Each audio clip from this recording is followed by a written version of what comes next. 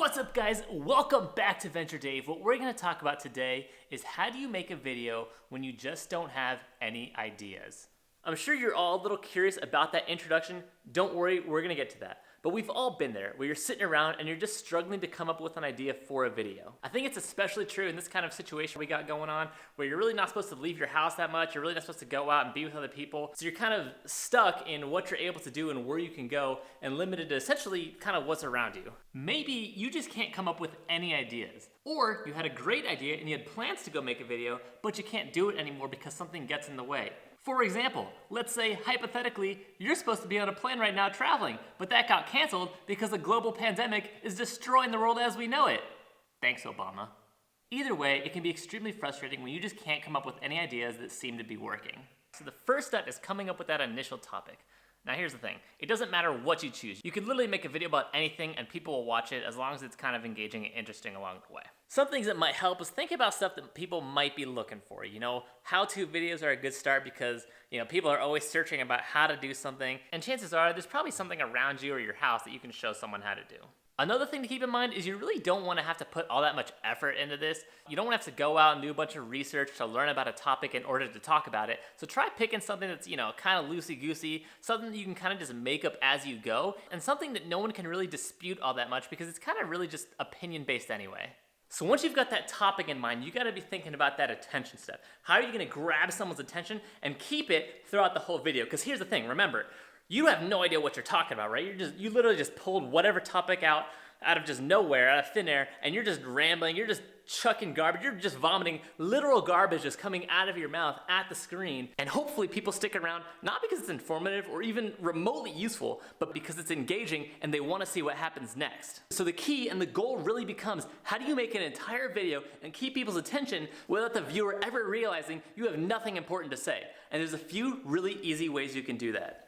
Alright, so a really important aspect of that introduction is how do you grab someone's attention but not make it obvious what it's about. It's just gotta be something completely weird so someone's like, that's kind of interesting, I want to figure out what it's about, but not make it obviously connected to your video topic. See, if it's kind of ambiguous and it's not clear what that attention grabber is about, they're gonna be more inclined to stay and wait and watch your video to hopefully eventually learn what that attention step had to do with the rest of the video, because they keep thinking at some point they're gonna figure it out. If it's really obvious that that attention step leads right into the content of your video, there's no incentive for them to just keep watching and waiting and hoping that eventually they're gonna learn what that introduction has to do with the video. Now, at some point, that introduction is going to connect to that video, but it still has to be subtle. Again, it can't be obvious. You don't want to give it away that, okay, that was the point of the intro, now they no longer have to keep watching. Even when the connection is made between the intro and that video, there still has to be some mystery. There still has to be some questions of, was that it?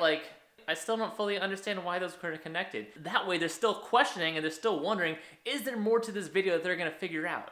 Asking your viewers to comment on your video is a great way to help generate new ideas by learning what your viewers are actually interested in seeing. So guys, let me know below what other aspects of video creation you're interested in learning about. And if you've enjoyed this so far, please help me out and subscribe below, and I will see you in upcoming videos.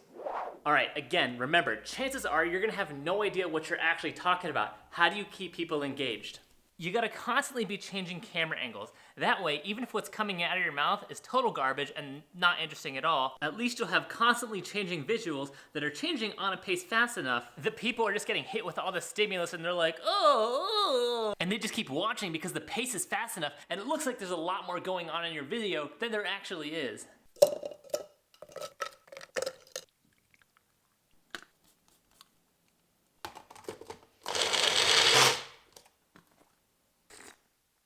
Now, at some point in your video, you're gonna wanna break it up. Just throw in some completely unrelated event, maybe something from just your personal daily life that you can throw in there just to break up the tempo. This does two things for you. One, establishes maybe that personal connection with the audience.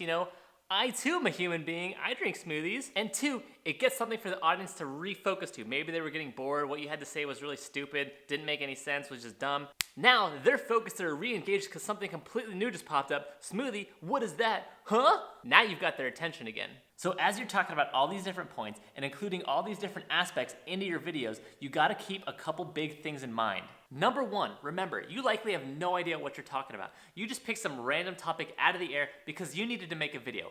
And number two, you gotta keep people engaged. How can you grab those viewers from the start and make sure they keep watching your video all the way to the end without realizing you're just wasting your time? How can you continue to restate the exact same thing? How can you continue to take the information you've already stated and just restate it in slightly different manners so it looks like you have new information to present? It sounds like you're slowly bringing in new info, new facts that are building on this conversation we're having, but really you're not adding anything more to the conversation. But hopefully you're killing enough time and the audience is sticking around because it sounds like you're slowly building to that final point. It sounds like you're slowly adding more, and eventually they're gonna get to that satisfying conclusion where they're gonna eventually learn something. But really, all that's coming out of your mouth is just complete garbage and nonsense, and the audience really could cut the video at any time and they wouldn't miss out on anything. They honestly wouldn't even have to watch the video in the first place because there's actually nothing useful imparted in the entire video. And the thing is, how can you continue to waste time and make it sound like you have something interesting to say? How are you using your different hand gestures to make the video seem a lot more exciting than it is? How can you pretend to be excited so that the audience just keeps watching and they're engaged on you rather than actually listening to what you're saying? Because remember, nothing important is coming out of your mouth the entire time. Now here's the thing, guys, here's the thing.